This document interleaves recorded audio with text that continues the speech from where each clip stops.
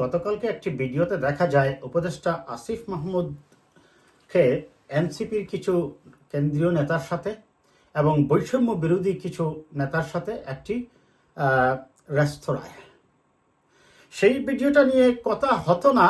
আমি মনে করি যদি না জনাব আসিফ মাহমুদ ওই জায়গায় মাস্ক পরে যেতেন।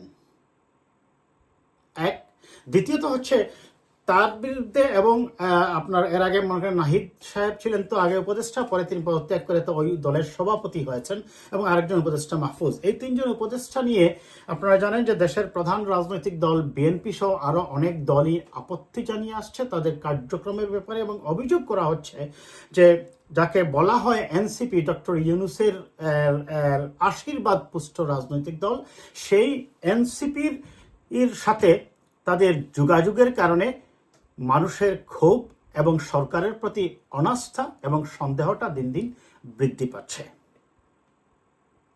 জনাব আসিফ মাহমুদকে নিয়ে ইতিমধ্যেই আপনারা জানেন অনেকগুলা সমালোচনা জন্ম হয়েছে।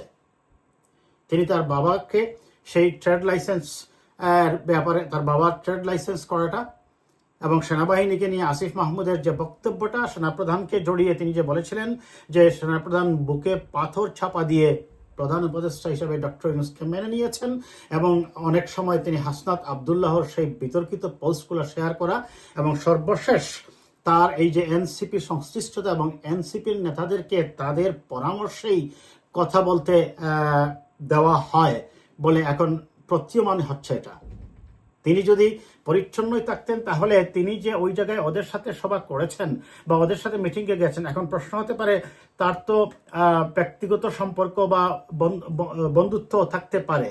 ইয়েস, তাতে কোনো সমস্যা নেই। অনেকে অভিযোগ করবেন মির্জা ফখরুল ইসলাম আলমগীর সাহেবেরও তো ব্যাচমেট হচ্ছেন আপনার এই যে অর্থ উপদেষ্টা সালেউদ্দিন সাহেব এবং আপনার যে ওয়াহিদুদ্দিন মাহমুদ সাহেব বোধহয় সম্ভবত।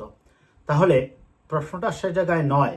প্রশ্নটা হচ্ছে বিকজ আসিফ মাহমুদ একের পর এক সরকারের ভিতরে থেকে তিনি বিতর্কিত কাজ করে যাচ্ছেন, এবং বিএনপি ইতিমধ্যেই যে দুইজন উপদেষ্টার পদত্যাগের কথা বলেছে তার মধ্যে আসিফ মাহমুদও একজন।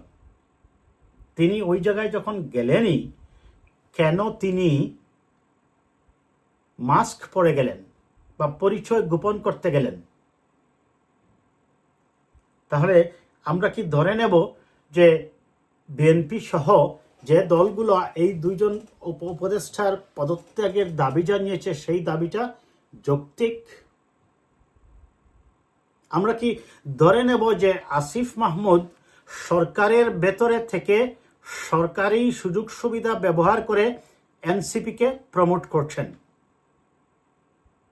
এই উপদেষ্টা পরিষদ ক্লিয়ারলি একটি নিরপেক্ষ উপদেষ্টা পরিষদ, এবং তাদের কাজটাই হচ্ছে তত্ত্বাবধায়ক সরকারের আদলে, নিরপেক্ষ সরকারের আদলে তারা কাজ করবেন, এবং তারা একটি নিরপেক্ষ নির্বাচনের আয়োজন করবেন।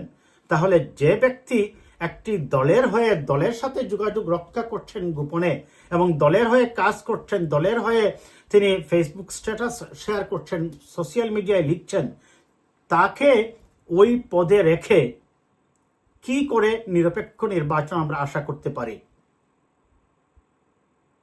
খেয়াল করুন, তাহলে নিরপেক্ষ নির্বাচনের জন্য শর্ত কি আসবে না যে এই উপদেষ্টাদের পদত্যাগ করতে হবে?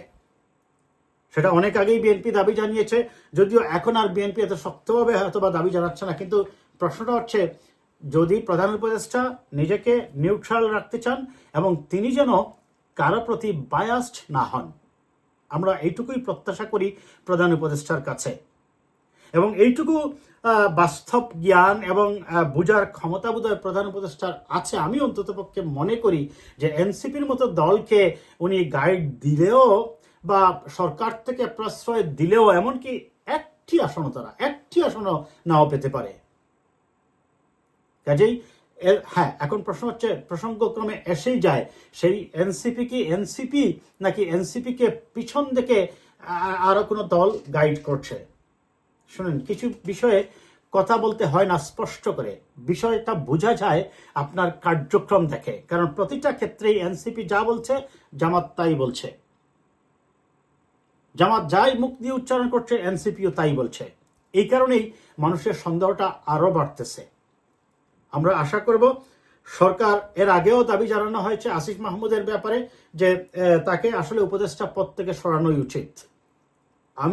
আমার অপিনিয়ন হচ্ছে তার এই রকম বিতর্কিত কর্মকাণ্ডগুলোকে অংশগ্রহণ করে একের পর এক এনসিপির সাথে সংশ্লিষ্টতা, সেনাবাহিনী নিয়ে বিক্ষুব্ধতা এবং তার যে পিএস, সেই পিএস এর 311 কোটি টাকার দুর্নীতির অভিযোগ আসার পরেও সাধারণত কোনো উপদেষ্টার যদি এইভাবে অভিযোগ আসত সাথে সাথে তিনি পদত্যাগ করতেন, কেন আসিফ মাহমুদের বিরুদ্ধে এইভাবে অভিযোগ আসার পরেও অনেকেই বলবে এটা তার পিএস এর।